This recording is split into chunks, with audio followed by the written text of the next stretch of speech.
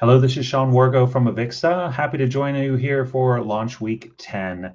Always a privilege and an honor to be able to speak on behalf of AVIXA for these events. Have a lot of great research to share with you today from AVIXA's portfolio of market intelligence. As you can see from my title slide here, we're going to do a little bit of a state of the ProAV industry. We're calling this riding out the saddle. So I think many of you who are watching the market close, may have known that the last couple of years have been a bit of fits and starts. 2024 is certainly no exception to that, where we seem to be in a bit of a trough in terms of growth rates, having recovered very strongly from pandemic and are watching and looking for kind of new drivers of growth as we go forward. And of course, there's always contextual challenges to consider right now with interest rates being still fairly high. You have inflation still out there a little bit. And then in these periods of uncertainty with geopolitics and that sort of thing, there's a bit of hedging going on in the market. So we'll talk about that today from the lens of all things market intelligence. These are the things I'd like to cover. So when we set up the story of the overall industry, always good to start with the macroeconomic context. We have a staff economist who helps us keep an eye on macro to know how it is then impacting ProAV. We're going to look at a little data from the voice of the customer, voice of channel. So customer in this case being our end user buyers. We follow their kind of pulse check on a quarterly basis to see what are the latest things that they're focusing their investments on and their overall sentiment. Voice of channel, of course, is integrators and installers and how their business outlook is shaping up, how their actuals are shaping up month to month. That then drives the industry outlook. So we'll go deep in there to look at our latest industry outlook trends analysis report published in June of this year, which takes a look at all things spending for ProAV. And of course, we'll wrap up as we go. So where I want to start is just a little bit of, I'll tell you what I'm going to tell you and then tell you again, essentially, just kind of the highlights of what's going on out there. Based on the title, you can imagine or guess that things are a bit uncertain as we look at the overall macro context as I led in with. We'll talk a little bit about how those are impacting overall ProAV. But what I would say is, generally speaking, on the corporate enterprise side, a bit of what may be called a hedge effect. Wait and see how things play out for the rest of the year. And wait for the kind of true impacts of lower interest rates to take a hold on spending outlook as we go forward. So we'll kind of look at how that shapes up from a growth perspective. As we look globally, ProAV for us, and AVIXA, we are an international trade association, so we do watch the markets across the globe. The real star of the show these days is India from a growth perspective. Largest economies, China, US, still big drivers of growth. But as we look at kind of macroeconomics and what's happening on a global basis, India is really where it's at from a growth perspective, even as China will still see some large, if not as large growth as it's seen in the past. ProAV benefits from macroeconomic cycles and, of course, feels the pain when there are contraction or headwinds to deal with. In this case, ProAV certainly is benefiting from continual examination of office space. How is the work from home trend kind of shaping up? How are companies coming back? How are they using their space? The experience economy is a big driver for ProAV. That's been a story that even predates the pandemic. So that's still out there as a contributor. And then, of course, we have fundamental technologies like AI or other innovations that act as accelerators or sometimes disruptors to the industry. So those are things to, of course, consider, but ProAV is benefiting from a lot of that. The challenges for the market, as I'll talk about today, really have shifted. We were saying that supply chain issues were a big issue for ProAV, just couldn't get the products to be able to complete projects out there. A lot of that has resolved in the market. Of course, there's going to be lingering effects of that in pockets. But what we've really returned to, as you'll see from the data, less about supply chain, more about labor constraints. So finding the people needed to do the work is a challenge in what are low unemployment markets out there across a lot of the developed world. And so especially what's unique now is not even so much just at the most skilled level, but across the spectrum. So that's making it hard to even find and skill up the workforce that you need. Of course, adjacent markets where there's more weaknesses does help us find some potential talent. So we'll talk about that. So here's a way to look at things. we had our economist apply his mathematics to develop a sine curve that essentially kind of shows you the variability that has been, gosh, everything, and certainly including ProAV over the last several years. Big disruption with pandemic, downward trends, lower spending. We recovered from that, but there's been oscillations as we go forward. We do think that's stabilizing to some degree. So we're now kind of in this leveling out phase. This is good because what it means is that we're expecting to see more uniformity across the market in terms of benefactors from growth trends. Whenever there's an increase in end user plans, we will see that kind of percolate through integration all the way down to manufacturing. That hadn't been the case over the last few years, where integrators may have been benefiting a little bit more from recovery as projects came back, but manufacturers, because of oversupply in the channel, there was less benefit down. So that seems to be evening out as supply chain issues and other things also even out. Of course, variation now comes from maybe more economic factors like interest rates and other considerations, but we do think that a lot of the wild oscillations that we've seen in the past are stabilizing more and more. So the next thing we always look at is GDP. We as an industry are, gosh, a part of every fundamental part of an economy, every underlying industry, whether it's hospitality, transportation, events, government, education. And so we need to watch GDP as an indicator of how things are doing.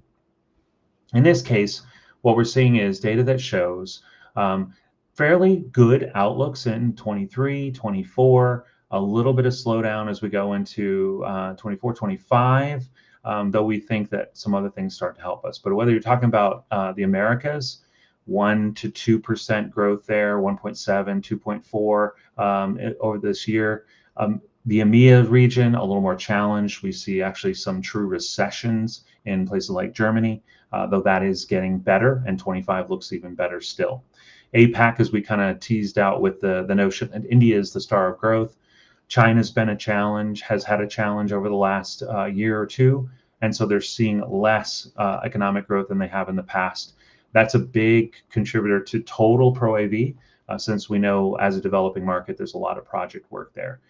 That being said, 4% to 4.5% growth in Asia and in China in particular still would be the envy of the rest of the world, where we're seeing 2-3% growth. So a great economy from a contributing perspective to ProAV. The thing that we've been watching over the last several years is the risk of recession. There had been talk about that as we even came out of the pandemic, that with interest rates, with inflation running hot, that perhaps in the US, for example, the Fed might overcompensate. That would increase our risk of recession as we went through the last few years. This data shows that according to an economist survey, the perceived risk, or the percent of economists who think there is a recession possible in the near future over the next 12 months, has really cooled a lot. This would suggest, as with other data out there, that the Fed in the US certainly has stuck the landing, so to speak, with interest rates, though we'll continue to watch as we go forward. But for now, risk of recession seems light.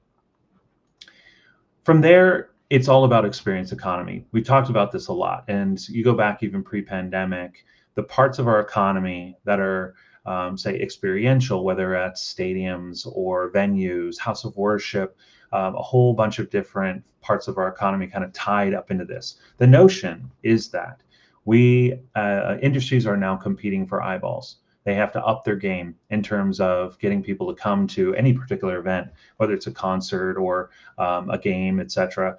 The ticket prices have gone up accordingly, and it almost creates a bit of an arms race, you could call it, to outcompete each other for experience. That benefits, of course, ProAV, as we are an intrinsic part of those experiences. So that top line experience economy notion really is our sweet spot. The good news is it's a long-term trend, even as we see a little bit of oscillation as we go through periods where consumers might pull back a little bit, and so there's less money to work with. But overall, big driver of growth for us as an industry.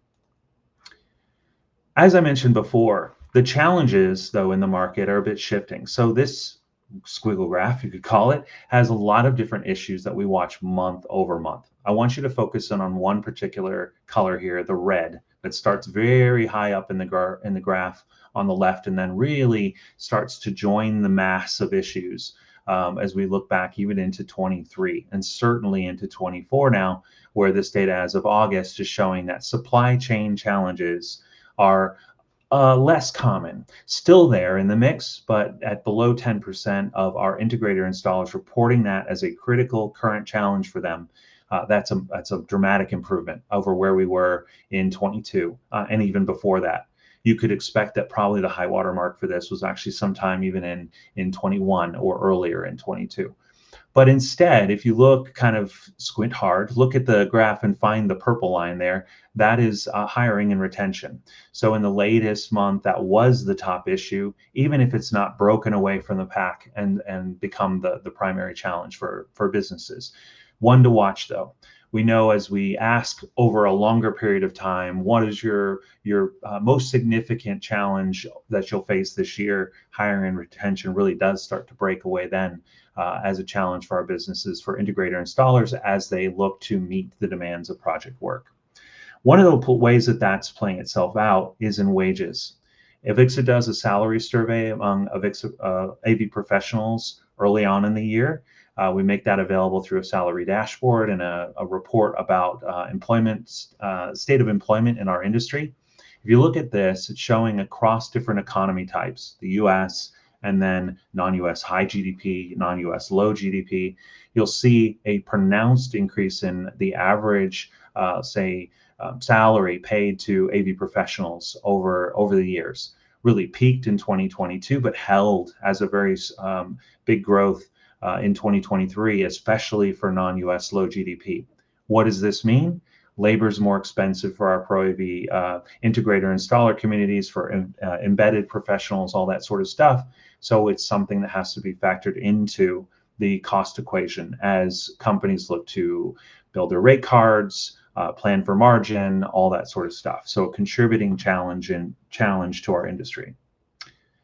One way that we get through that type of challenge is looking for labor in adjacent markets. What we asked our sample of AV professionals this year is, how did you get your start in ProAV? How'd you come in? You would expect, not surprising, that student is the number one response. 38% of our professionals out of the 5,000 said they came in just right out of school. They were perhaps part of an AV club, or doing theater, or a frustrated artist or actor or musician, something like that, and got their kind of start in ProAV that way. So it's a testament that we tend to home grow our talent as they come out of school looking for, what do I do now? So a good story there for the kind of genesis of our professional base. From there, IT next on the list. Also not too much of a surprise, given the kind of overlap that we see increasingly between AV and IT, and that many AV is often managed within IT departments. So not a surprise there, as there's a bit of a bridging that happens. From there, we get to the experience parts of the economy, and where we at AVIXA are watching very closely, and that is with broadcasts and live events. So that kind of event-based industry, broadcast more on the streaming side, of course, but a real kind of linkage or synergy between these two things. The need to create content, capture it, optimize it, distribute it out is a skill set that we see more and more in our industry. And it'll be interesting to watch this data through time as we see how some of those professionals migrate over. I would point to broadcast and live events, broadcast even more significantly so, as a place for talent. We're seeing a lot of people come over as those two markets, AV and broadcast, kind of overlap more, and as more and more integrator installers and related AV and companies start to stand up this capability. So one to watch. I will say other does show up high on the list here. Other, unfortunately, is mostly other. So when you really start to look within this segment, it shows that there are a lot of different paths into the industry, and there's no clear theme. It's adjacent industries. They may have gotten a start in retail or hospitality or logistics or telecom and kind of find their way into the industry, perhaps because they had a sales role or because they were managing technology for their company. All that is in the mix here. So let's turn our lens now to a different set of data, and this is actually end user sentiment and expectation. What we ask every single quarter is, what is your plans? How do you expect your capital improvement project spending to change year over year? And this is the percent increase broken out by all the countries that we survey. One thing the data doesn't quite show is through time, we're noticing the overall capital improvement budget expectations have been kind of low or declining a little bit in 2024. And you see from this slide where that is the most pronounced. US on the farthest right here out of the 10 countries under study, where we actually, for one of the first times, are seeing more people saying they plan to spend about the same or less on capital improvement projects for Q4 versus the same period last year. So this points again to that kind of trough effect, saddle effect, or a slight downward inflection point in our market. More stronger markets, India, as noted, Mexico, Brazil, so some of our LATAM countries where we do tend to see higher scores in general. France, coming out of the Olympics, there was perhaps a little bit less spending growth than in the past. But strong as well. China more in the middle, and then you get over to Germany where more noted impacts of recession. U.S. is interesting to see it on this far right, certainly not among these one of the weaker economies, but I think it's a result of just some macroeconomic realities that the U.S. market is facing. We also look at this by vertical market and just kind of show you where the planned spending is a little bit higher than others. Corporate, is not surprising to see on the farthest left that there's planned budget increases there. Though I think as we look at that market, you'll see in a moment from some of our other industry data, that spending composition may be a bit more on the kind of scale and volume side than it is on the margin side.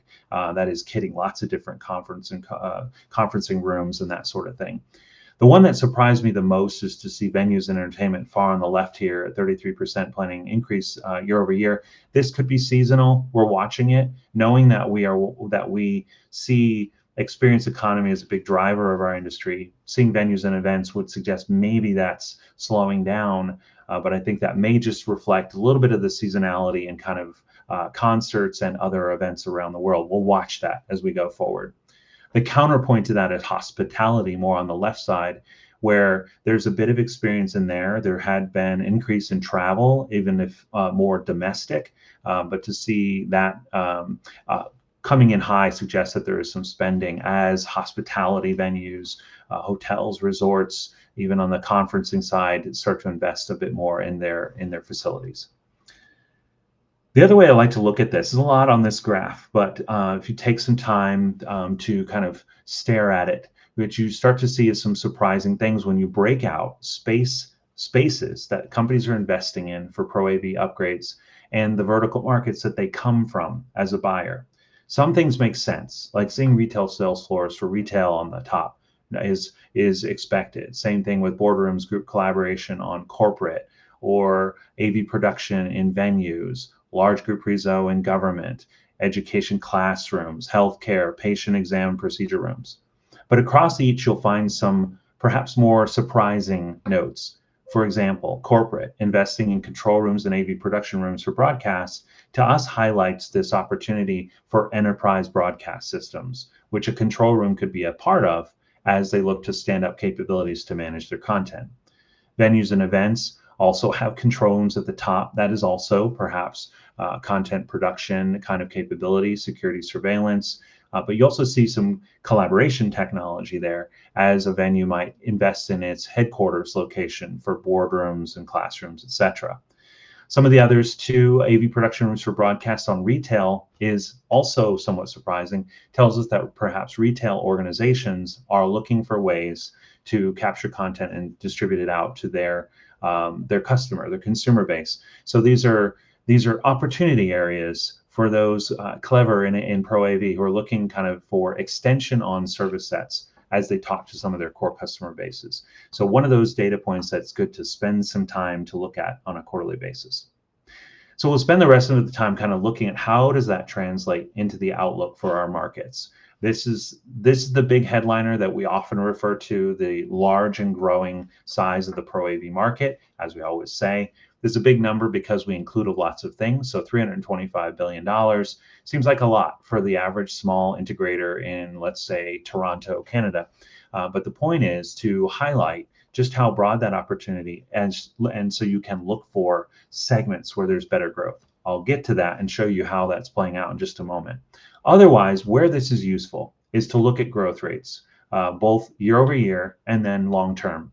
We've highlighted in red a couple of those notable callouts. So the ProAV industry in 2023, for example, grew about 6.9% globally.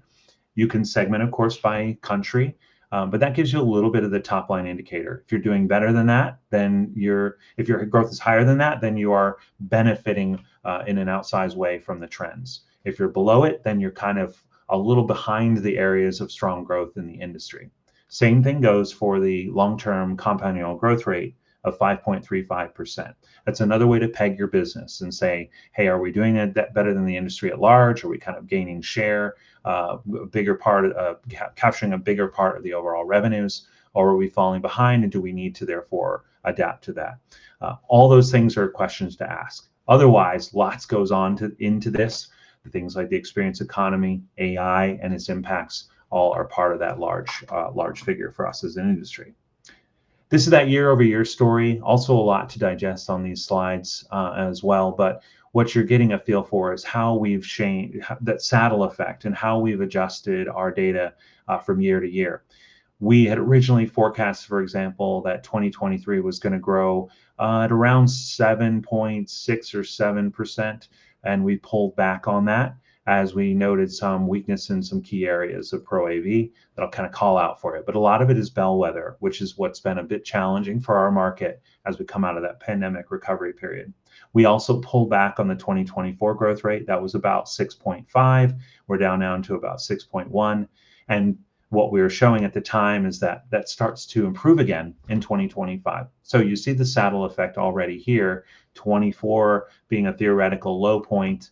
As more data comes in, we will potentially refine this. I would expect, based upon the late move on interest rates in 2024, that 24 might come in a little bit lighter than we originally expected as well. And 25 then in turn might look a little better, depending on the timing of how those interest rates affect us.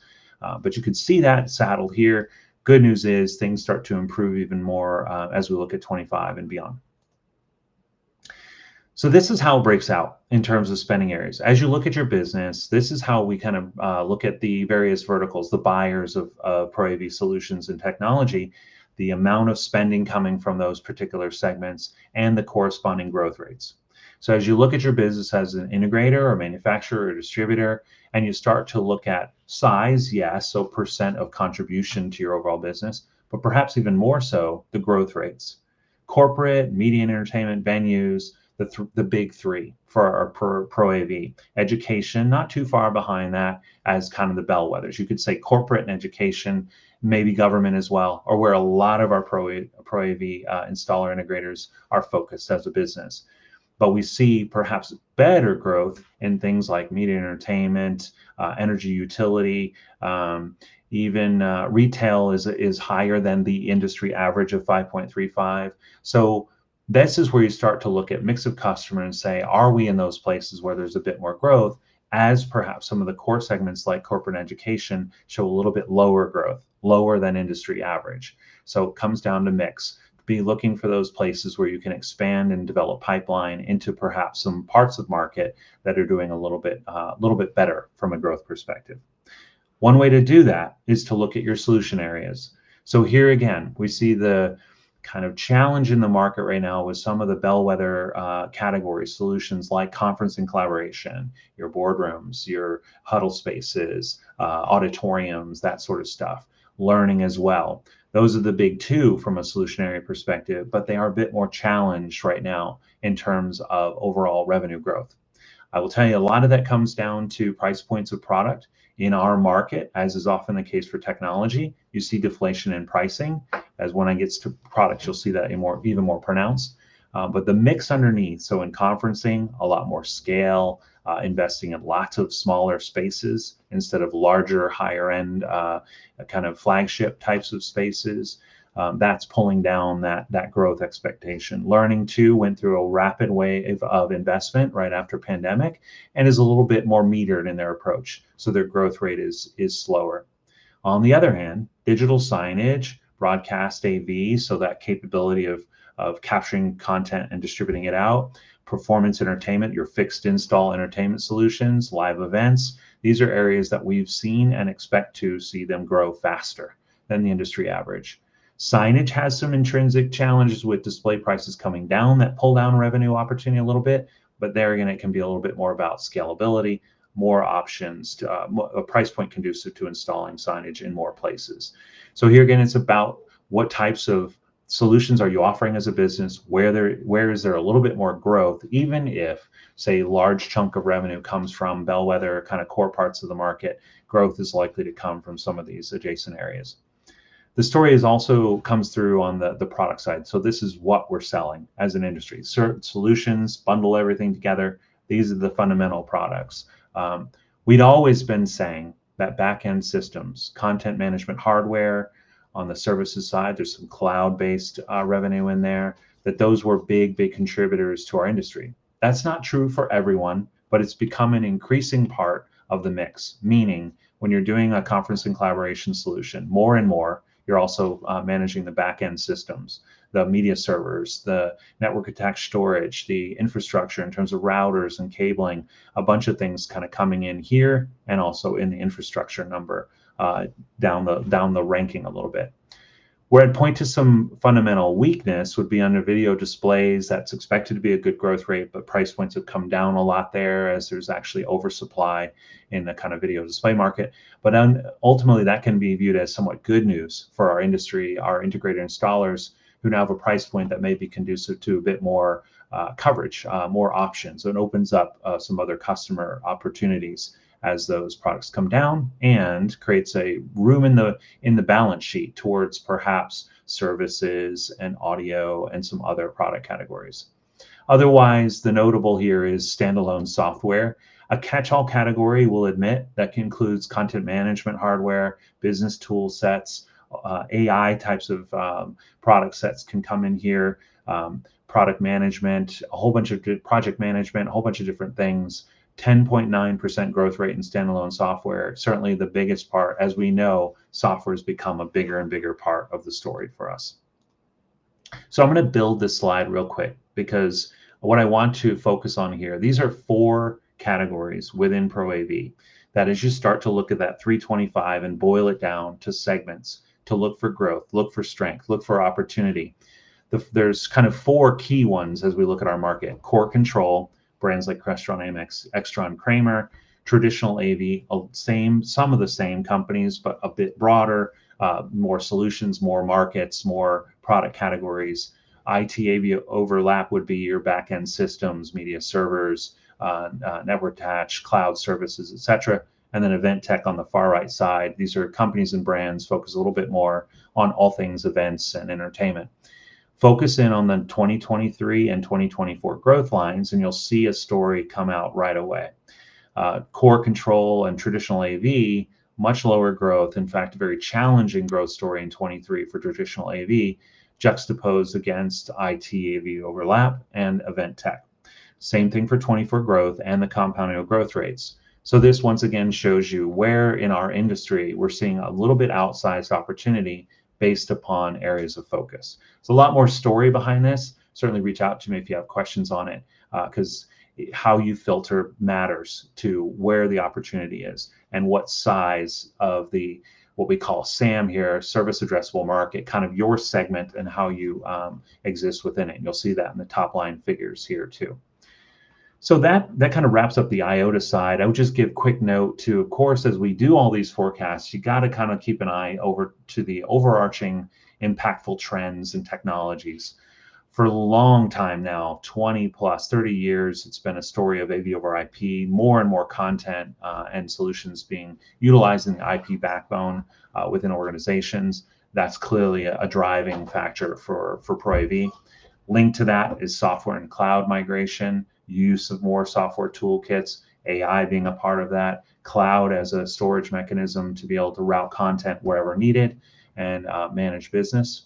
AI, of course, then another impactor there as it becomes more widely used as a tool set within places like security surveillance, command and control, conferencing, certainly, as teams and other platforms start to incorporate that capability.